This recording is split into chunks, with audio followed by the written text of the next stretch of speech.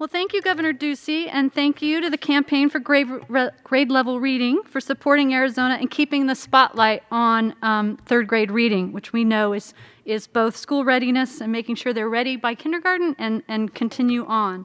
And once again, I'd like to thank all of you for being here today, and I hope you find today's program informative, thought-provoking, and inspiring. Our objective is to focus our collective attention on some critical questions. Why are too many of Arizona's students struggling readers? What are we willing to change about our approach to solving this problem? What policies need to be refined? What strategies need to be accelerated? And what effective programs scaled and replicated? And what does success look like? And that's why I'm excited about today's program. Last year, we coined our Lit Talks as a way to share important information and focus attention in short, engaging TED Talk-like presentations. And we have another terrific lineup of Lit Talks this afternoon. And I'm especially pleased to have our first introductory speaker. First, to introduce our first presenter is the Arizona Superintendent of Public Instruction, Diane Douglas. Throughout her term, Superintendent Douglas has been a passionate voice for the children of Arizona. Through her Arizona Kids Can't Wait and listening tours, she is connected with families throughout Arizona to understand their priorities and concerns for education. So please help me welcome Superintendent Douglas.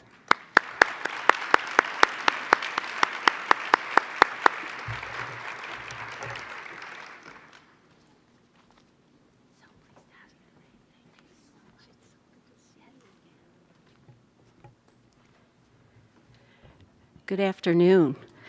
For those of you who don't know me, I'm Diane Douglas, and I have the honor and privilege of serving you as Arizona's Superintendent of Public Instruction. And I'd like to tell you why that is such a privilege to me, because in my opinion, there is nothing more important that we do as a state than prepare our children and educate our children, not just to be college applicants or worker bees, but to be great Arizona and great American citizens. So that's why it's so wonderful to be here today with so many of you who are dedicated to seeing Arizona's young children learn and grow to be successful readers and successful students. And I have to tell you, I am so proud that the Arizona Department of Education is a founding partner with partner of Read on Arizona, and I am so proud of all the work that we have accomplished together. You know, as our state superintendent of public instruction, I understand that language and literacy skills development starts early, and it's imperative that families have the tools that they need to help prepare their children for success in school, career, and life. Think about it for just a moment. If a child can learn to read successfully, then he or she has the key to learn anything and everything he or she wants to learn. And that's just a phenomenal gift that we can give to those children. That's why I'm so excited to introduce the next presentation about Smart Talk and what parents and other caregivers can do starting day one to help their young children develop language and literacy skills. The more we share these messages and tools, the more parents will have quality conversations with their babies and toddlers, and the more these children will arrive at kindergarten ready to succeed. And I have to share with you just a little bit why this is so very important to me, because of course we do this in our own family. I'm blessed to have a young grandson. He's 2.5 years old, and I see this every day with his parents working with him, and it's a particular struggle and challenge for their family because my grandson was born hearing impaired. So it's particularly important that they have these messages and they work so hard each and every day to make sure he arrives at kindergarten just like every single other child must arrive at kindergarten. That's an imperative. I can't think of a better person to tell you more about Smart Talk than Dr. Isela Garcia. She's worked with the Department of Ed on our Kindergarten Experience program, transforming and supporting kindergarten teachers throughout the state on understanding how children learn and the most important ways to support their development. She works tirelessly to bring the message of talk, talk, talk to educators across Arizona. Please help me in giving a very warm welcome to Dr. Garcia.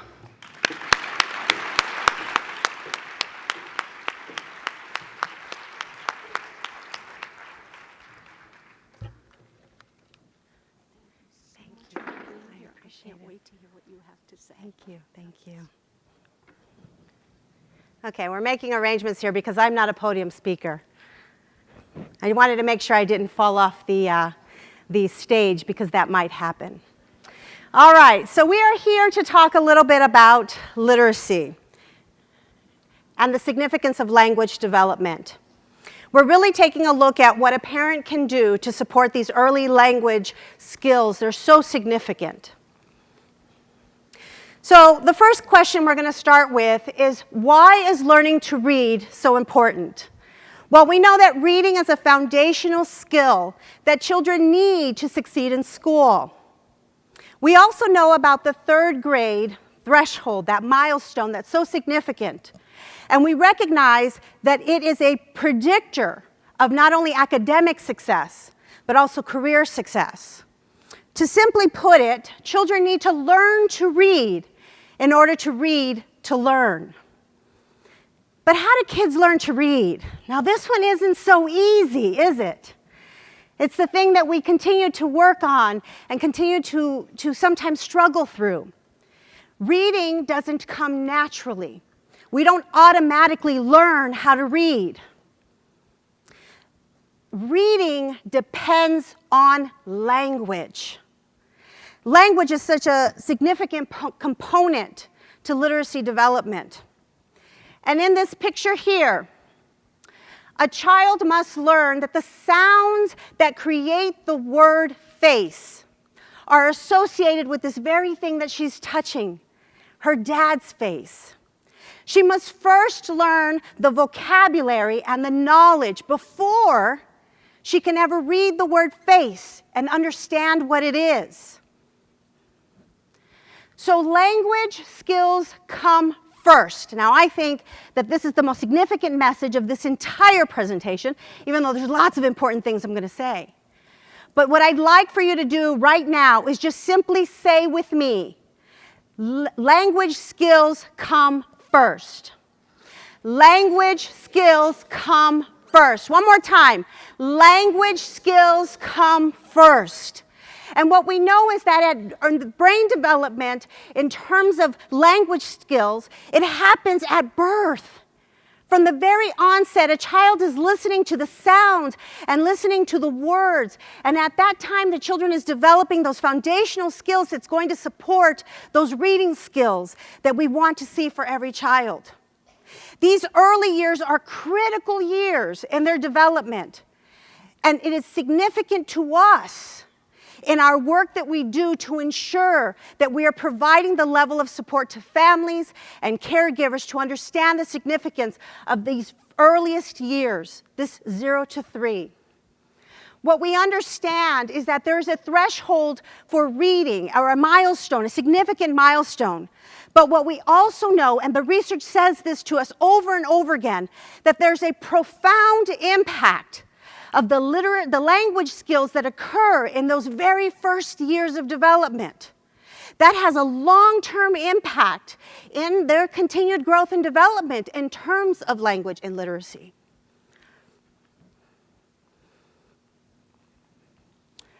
So Dr. Crow puts it here succinctly: the single most important predictor of a child's ultimate educational and economic success is their vocabulary at age 4. At age 4. This is even before children begin kindergarten.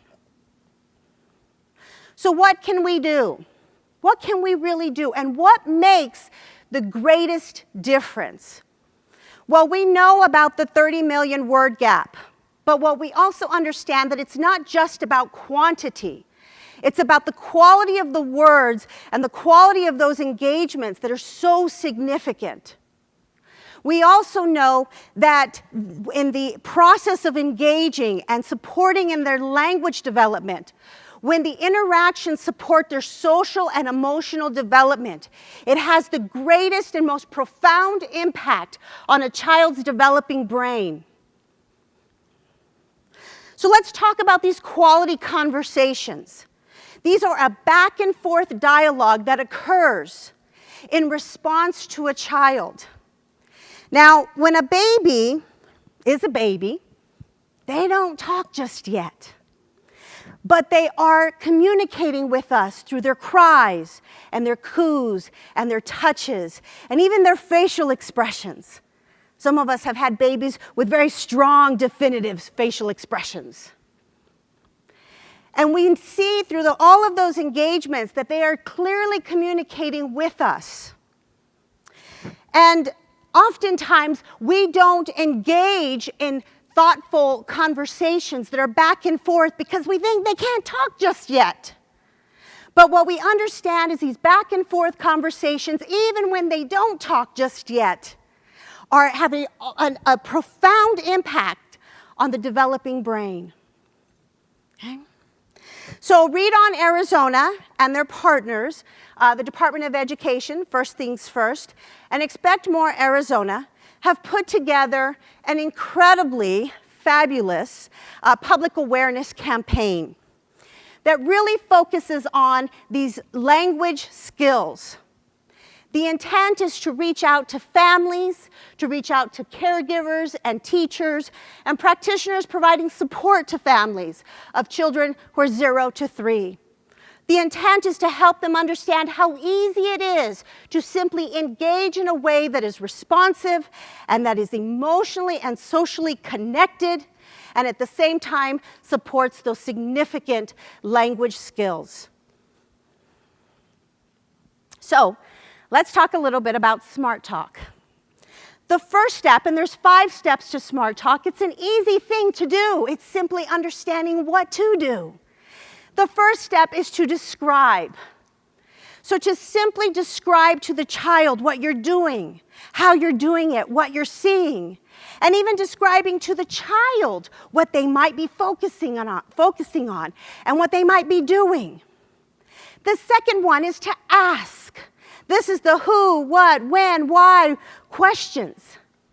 And here's the thing, even if the baby isn't responsive just yet in words, you still ask these questions.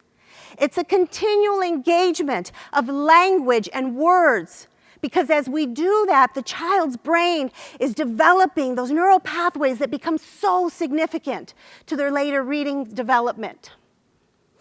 The next one is to respond. We want to respond to not only what they say, but what they're interested in. We want, and here's the key, because a lot of us get very busy in our life and in our world, that we're not as intentionally responsive. In order to be intentionally responsive, that means we have to be very present at that experience so that we can figure out, even with the baby, what they're focusing in on and what they might have an interest in. The next one is to read. Reading is an incredible way to introduce new ideas, new vocabulary, new concept, and even expand their awareness of some of those, what we call the juicy words. Those important words that become so exciting and can be so engaging when we read with children. And repeat. We all know children love repetition. And if you're a parent, you've probably read books like Goodnight Moon 5,000 times. Yes? So repetition is so significant to children that we want to repeat what they say, and we want to repeat, and sometimes it sounds like an echo, but that's okay. We want to repeat so that they hear the sounds and the nuances of words. Because again, and we're going to say it again and again, those become the foundations for much needed foundations to build from. All right. So Smart Talk can happen anywhere at any time. It should happen in the language that the family feels most comfortable in. And it's not the process of talking all day long or meeting a number of words that you must say, but rather it's the high-quality interactions that are responsive and loving to the child. It's those that make the most profound impact in a young child's brain. So this campaign is a bilingual campaign, and the materials are available to you in English and in Spanish.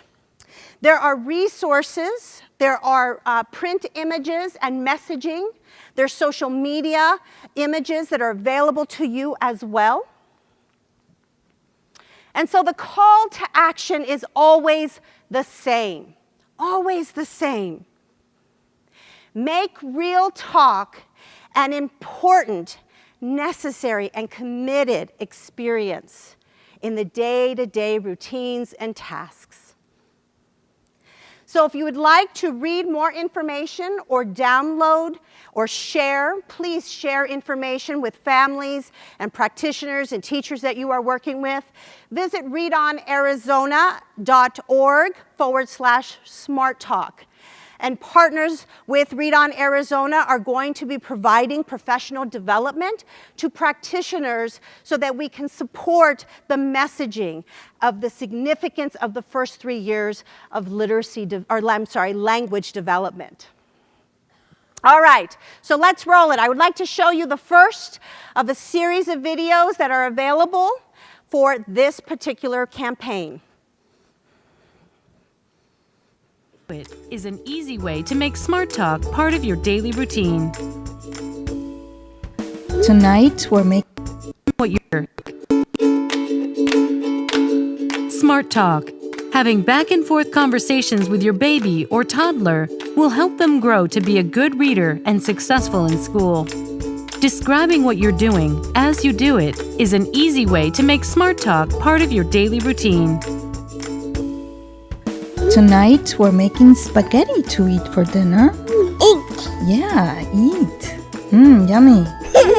We're washing the veggies for the salad first. Mama. Yes, they have to be clean. Now we're putting it all in a big bowl. Big. Yes, big. For more tips and information about Smart Talk, visit readonarizona.org. So please help us in sending this message out to our communities and our state. It is up to all of us to join this effort in supporting the development of language skills in children 0 to 3 years of age and beyond. So thank you all, and help us help parents learn and continue to talk with their children. Thank you very much.